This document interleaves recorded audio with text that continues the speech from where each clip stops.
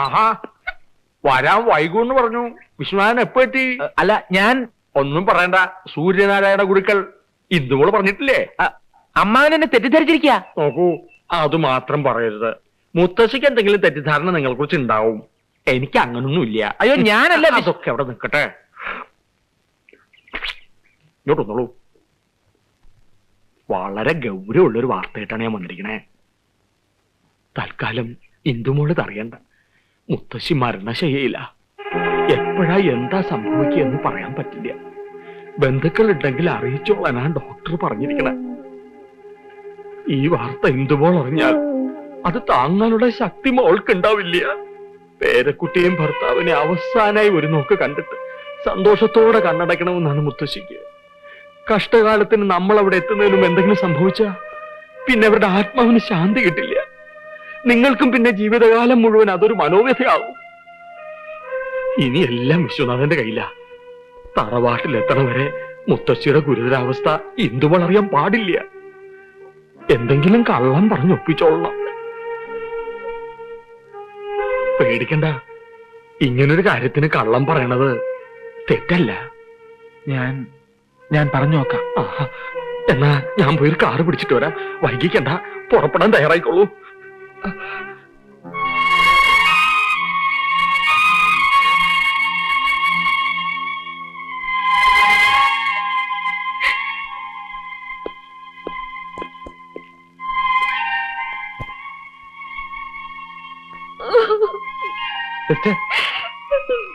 Sister കരുതും പോലെ അത്ര സീരിയസ് ഒന്നുമല്ല.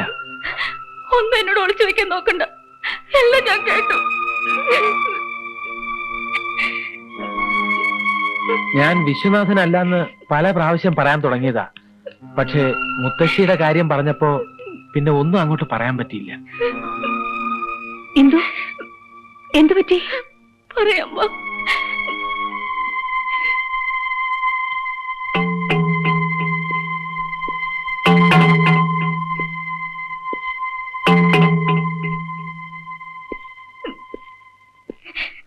നീ ഇങ്ങനെ കരഞ്ഞോണ്ടിരുന്നാൽ എങ്ങനെയാ?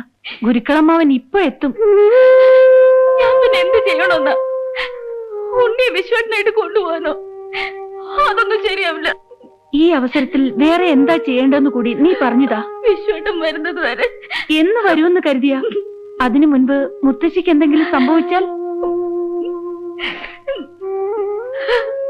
എനിക്കൊരു സമാധാനമില്ല. വിശ്വത്തിന് കാര്യം പറഞ്ഞാൽ മനസ്സിലാവുമല്ലോ. നീ ധൈര്യമായിട്ടിരിക്ക.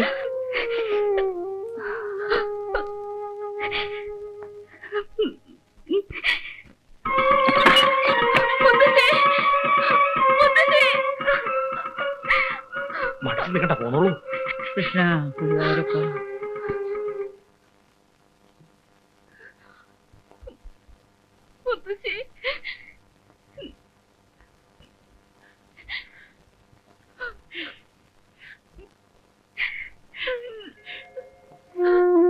മോളെ,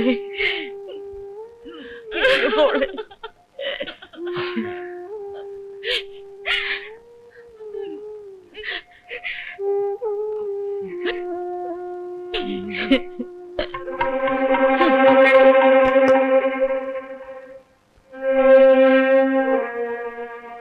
വേണ്ട, നോക്കണ്ട. ഞാൻ തന്നെയാ കൂട്ടിക്കൊണ്ട് വന്നിരിക്കണേ. ചെയ്തു പോയ തെറ്റുകൾക്ക് മാപ്പ് ചോദിക്കാൻ തന്നെയാ കുട്ടികൾ വന്നിരിക്കണേ.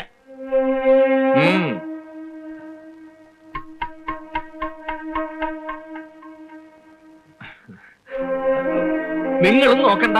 മുത്തശ്ശിക്ക് ഒരു അസുഖവും ഇല്ല. വെടി തീരൂന്നൊക്കെ പറഞ്ഞത് വെറുതെയാണ്. പരിപൂർണ ആരോഗ്യത്തോടുകൂടി തന്നെയാണ് ഇപ്പോഴും ഇരിക്കണേ.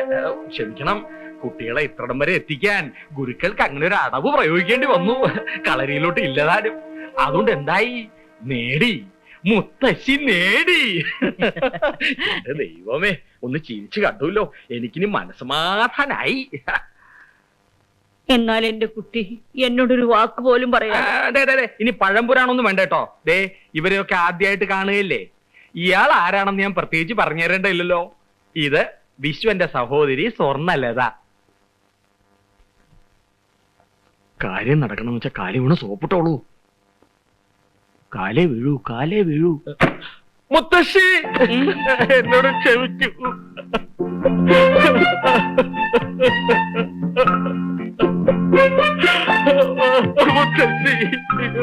എഴുന്നേൽക്കും. ഇനി എന്തൊക്കെ പറഞ്ഞാലും നിങ്ങൾ ചെയ്ത തെറ്റിന് നിങ്ങളോട് ക്ഷമിക്കാതിരിക്കുന്ന പ്രശ്നമില്ല.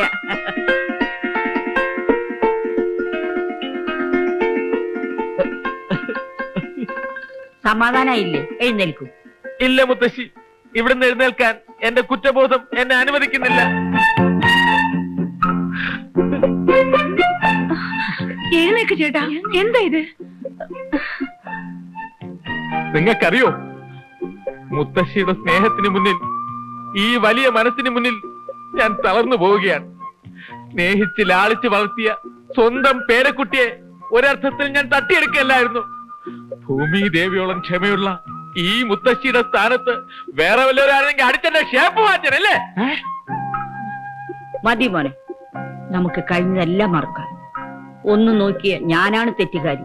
അങ്ങനെ പറയരുത് മുത്തശ്ശി, ഞാനാണ് തെറ്റുകാരി. തെറ്റുകാരൻ? മുത്തശ്ശിക്ക് അറിയോ? വേണ്ട മോനെ, ഓരോന്ന് പറഞ്ഞ് എന്റെ മനസ്സിനെ വിഷമിപ്പിക്കാതെ. വരൂ, നമുക്ക് എന്തെങ്കിലും കഴിച്ചിട്ട് ബാക്കി കാര്യം. ഊണിന് എന്തൊക്കെ ഉണ്ടാവും? ആ, എല്ലാം ഉണ്ട്. മാമ്പഴ പുളിശ്ശേരി ഉണ്ട്, അവയിലുണ്ട്, സാമ്പാറുണ്ട്, എല്ലാം ഉണ്ട് മോനെ.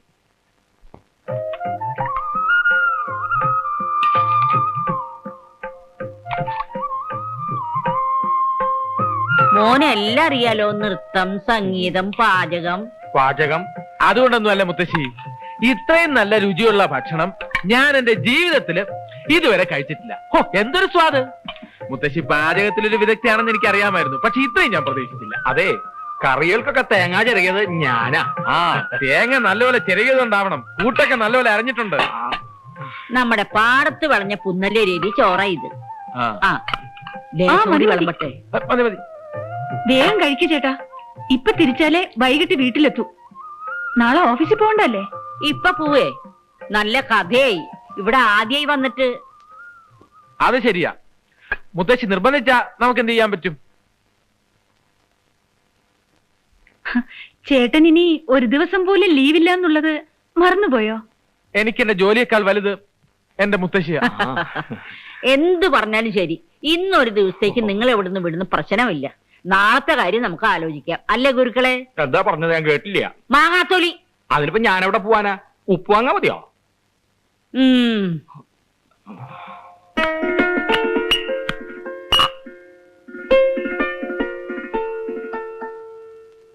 എന്നാൽ ഇത്രയും നല്ലൊരു ചുണക്കുട്ടിയെ ഇന്ദുവിന് ഭർത്താവായി കിട്ടിയല്ലോ.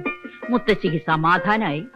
ഈ കഴിവുകളെന്ന് പറയുന്നത് നമ്മുടേതാണ് മുത്തശ്ശി, എല്ലാം മോളിലുള്ള ഒരാൾ തരുന്നതല്ലേ? അതേ മുത്തശ്ശി, 2-4 ദിനം കൊണ്ടൊരുത്തനെ തണ്ടിലേറ്റി നടത്തുന്നതും ഭവാൻ. വാഴുക മുകളിലേറിയ മന്നന്റെ തോളിൽ മാറാപ്പ് ഏറ്റുണ്ണഴുമ്പവാൻ. ഞങ്ങള് കുടുംബപരമായിട്ട് വലിയ ഈശ്വര വിശ്വാസികളാ. സമയം കിട്ടുമ്പോഴൊക്കെ ജ്ഞാനപ്പാന പാടിക്കൊണ്ടിരിക്കും അല്ലേ? ഈശ്വര വിശ്വാസം വളരെ നല്ലതാ ഉണ്ണി. ഉണ്ണിയല്ല, വിശ്വനാഥൻ. എനിക്കെല്ലാം ഒന്നാ. എന്റെ മോനെ, ഇന്തൊരു കഥയില്ലാത്തോള. കോളേജിലൊക്കെ പോയി പഠിച്ചെന്നല്ലാതെ ഒരു കാര്യം നോക്കി നടത്താൻ അവൾക്കറിയില്ല. അയ്യോ, അങ്ങനൊന്നും പറയരുത് മുത്തശ്ശി. ഒരു ചുക്കിനും ചുണ്ണാമ്പിനും കൊള്ളാത്ത എന്റെ ഈ പെങ്ങളെ വെച്ച് നോക്കുമ്പോ ഇന്ദു എന്ത് മിടിക്കുക. ബുദ്ധിയില്ല എന്നുള്ളത് പോട്ടെ, അല്പമെങ്കിലും സൗന്ദര്യം ഉണ്ടായിരുന്നെങ്കിൽ ഏതെങ്കിലും മണ്ടന്മാരെങ്കിലും വന്ന് കെട്ടിക്കൊണ്ടുപോയി. വിശ്വം, കുറുമ്പ് കുറച്ച് കൂടുന്നുണ്ട് കേട്ടാ. അതെയോ? ആ, ഞാൻ മോളെ കാണാൻ കാത്തിരിക്കായിരുന്നു. വരൂ.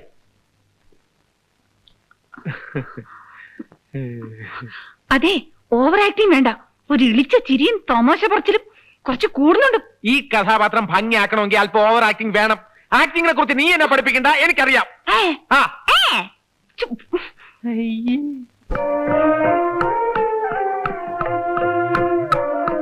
ഇതെല്ലാം ഇന്ദുവിന് അവകാശപ്പെട്ടതാ. മോൻ നോക്കണ്ട, മോനുണ്ട് എന്റെ വക ഒരു സമ്മാനം.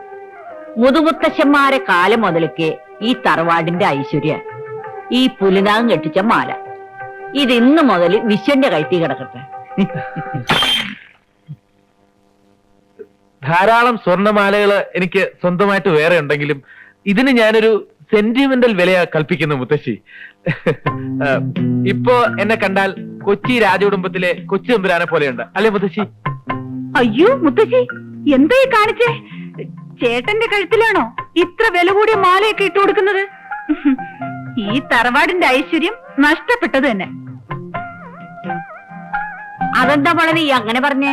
ഞങ്ങളുടെ തറവാട്ടുകാർക്ക് പാരമ്പര്യമായിട്ട് ഒരു കുഴപ്പമുണ്ട്. തറവാട്ടിലെ ആണുങ്ങളെല്ലാം വലിയ ദാനശീലരാ. ഒന്നും വേണ്ട മുത്തശ്ശി, കല്യാണം കഴിഞ്ഞിട്ട് ചേട്ടന്റെ വിരലിൽ ഒരു വിവാഹ മോതിരമെങ്കിലും ഉണ്ടോന്നൊന്ന് നോക്കിയേ. എത്ര മോതിരം കിടന്ന കയ്യാ ഇത്. ആരെങ്കിലും വന്ന് വല്ല ബുദ്ധിമുട്ടോ സങ്കടമോ പറഞ്ഞ ഉടനെ അങ്ങ് ഊരിക്കൊടുക്കും. ശിവ ശിവ, എന്താ വിശ്വ കേക്കണത്? ഞങ്ങളുടെ കുടുംബ സ്വത്താ ഈ മാല. അത് അന്യാധീനപ്പെടുത്താൻ ഞാൻ സമ്മതിക്കില്ല. അതങ്ങ് ഊരി കൊടുക്കു ചേട്ടാ. മുത്തശ്ശി പേടിക്കണ്ട, ഇതാർക്കും കൊടുക്കില്ല. ഇപ്പൊ തന്നെ കൊണ്ടുപോയി പെട്ടിയിൽ ഭദ്രമായി പൂട്ടി വെച്ചിട്ട് വരാം. അതൊക്കെ ചേട്ടൻ ഇപ്പൊ പറയും. പെട്ടിക്കകത്തുനിന്ന് ഓരോന്നെടുത്ത് എത്ര ആൾക്കാർക്ക് കൊടുത്തിട്ടുണ്ടെന്നോ? അതേ വിഷയം അതിന് തന്നേക്ക് ചേട്ടാ. തൽക്കാലം ഞാൻ എന്റെ കയ്യിൽ വെച്ചോളാം. ഇതാ മുത്തശ്ശി. ഇതാ മോളെ, നീ അകത്ത് കൊണ്ടുപോയി വെക്ക്. ഓ, 1-2 ചൂട് നടന്നതേ ഉള്ളൂ. കാലിനൊക്കെ എന്തൊരു വേദന. ഈശ്വര, നടക്കാൻ പോലും വയ്യ. നല്ല വേദനയുണ്ടോ മുത്തശ്ശി? ഉണ്ടോന്നോ? ദേഹാസകലം കോച്ചി വലിക്കുക. ഒരു വാക്ക് എന്നോട് പറയാത്തത് എന്താ? മുത്തശ്ശിക്ക് അറിയോ, ഞങ്ങളുടെ കുടുംബത്തിലെ പെൺകുട്ടികൾക്ക് പരമ്പരാഗതമായി കിട്ടിയ ഒരു കഴിവുണ്ട്.